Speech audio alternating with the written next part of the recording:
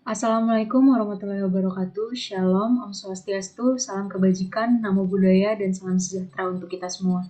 Saya Priscila Dwianggita Yasati dengan NIM 21104111067 dari kelas B dengan Fakultas Ilmu Sosial dan Ilmu Politik dari Prodi Ilmu Komunikasi UPN Veteran Jakarta.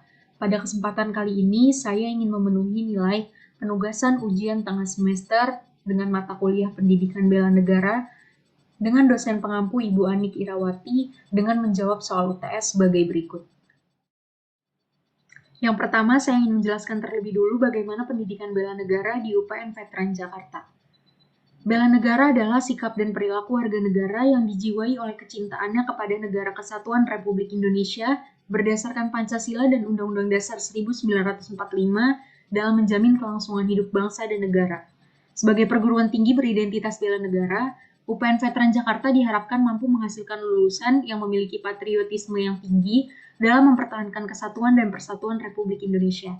UPN Veteran Jakarta sebagai kampus bela negara merupakan salah satu wujud implementasi dari pasal 27 ayat 3 Undang-Undang Dasar 1945 yang berbunyi, setiap warga negara berhak dan wajib ikut serta dalam upaya pembelaan negara, yang merupakan bentuk sistem pemerintahan untuk menghadapi ancaman bagi negara.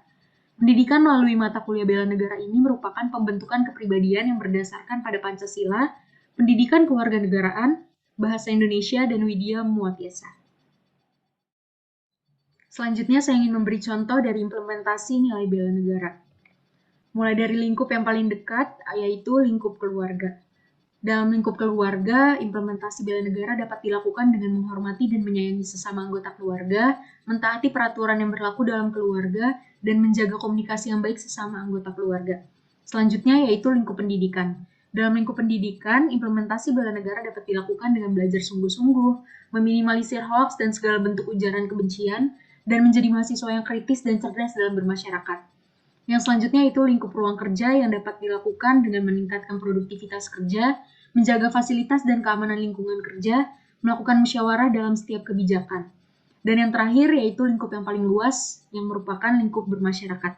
Dalam lingkup bermasyarakat, implementasi bela negara dapat dilakukan dengan cara aktif bersosialisasi di tengah masyarakat, saling toleransi, tidak melanggar norma sosial, membayar pajak dengan tepat waktu, dan berpartisipasi menjaga keamanan lingkungan sekitar. Nah, setelah mengetahui pengertian dan implementasi dari nilai bela negara, sekarang saya akan menjelaskan mengenai 4 konsensus dasar negara, yaitu ada Pancasila, Undang-Undang Dasar 1945, Negara Kesatuan Republik Indonesia, dan Bhinneka Tunggal Ika. Yang pertama yaitu Pancasila. Pancasila merupakan ideologi dan dasar negara yang memiliki fungsi yang sangat fundamental. Pancasila disebut sebagai sumber dari segala sumber hukum.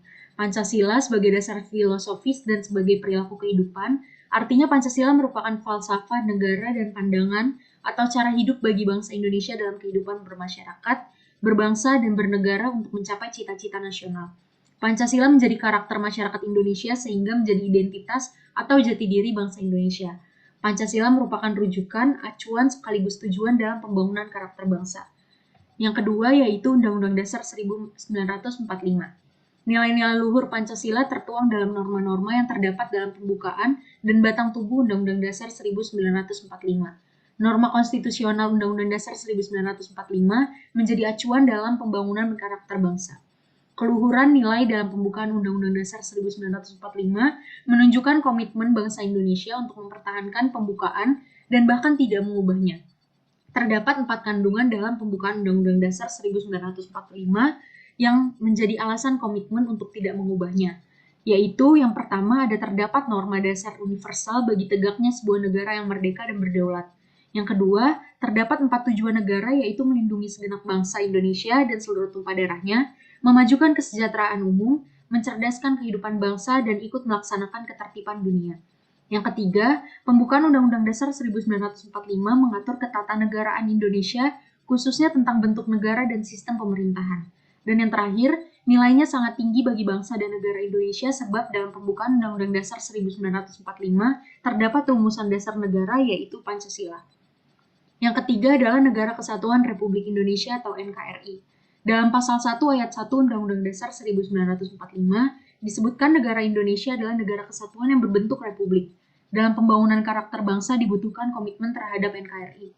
Karakter yang dibangun pada manusia dan bangsa Indonesia adalah karakter yang memperkuat dan memperkukuh komitmen terhadap negara Kesatuan Republik Indonesia, bukan karakter yang berkembang secara tidak terkendali, apalagi menggoyahkan NKRI. Maka rasa cinta terhadap tanah air perlu dikembangkan dalam pembangunan karakter bangsa. Pembangunan karakter bangsa melalui pengembangan sikap demokratis dan menjunjung tinggi hak asasi manusia. Pembangunan karakter harus diletakkan dalam bingkai menjunjung tinggi persatuan dan kesatuan bangsa, bukan malah memecah belah NKRI. Dan konsensus dasar negara yang terakhir adalah Bhinneka Tunggal Ika. Bhinneka Tunggal Ika bertujuan menghargai perbedaan atau keragaman, namun tetap bersatu dalam ikatan sebagai bangsa Indonesia.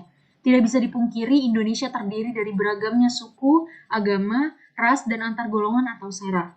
Keberagaman ini harus dipandang sebagai kekayaan hasanah sosiokultural, bersifat kodrati dan alamiah. Keberagaman bukan untuk dipertentangkan, apalagi diadu antara satu dengan yang lainnya, sehingga berakibat pada terpecah belah.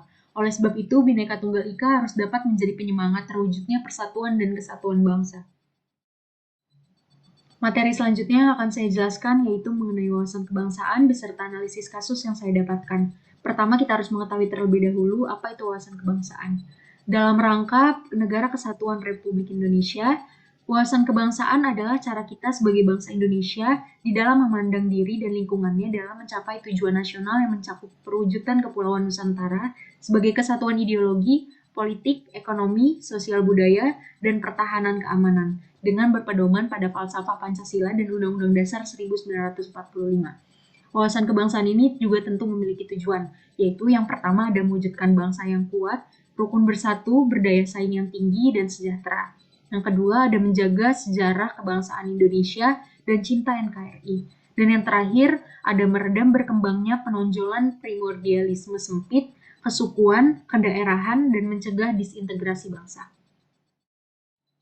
Nah, sekarang saya akan masuk pada ulasan singkat mengenai kasus. Kasus yang saya dapatkan ini berjudul radikalisme akibat ketimpangan ekonomi dan kurangnya wawasan kebangsaan.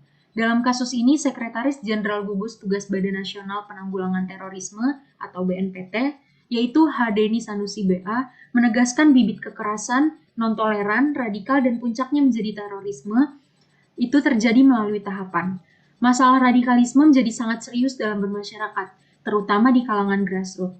Setelah dianalisa secara mendalam, maka ada dua penyebab utama seorang cenderung menjadi radikal, yaitu yang pertama adanya ketimpangan ekonomi yang sangat tajam, dan yang kedua pengetahuan dan wawasan kebangsaan masyarakat kita yang sangat minim.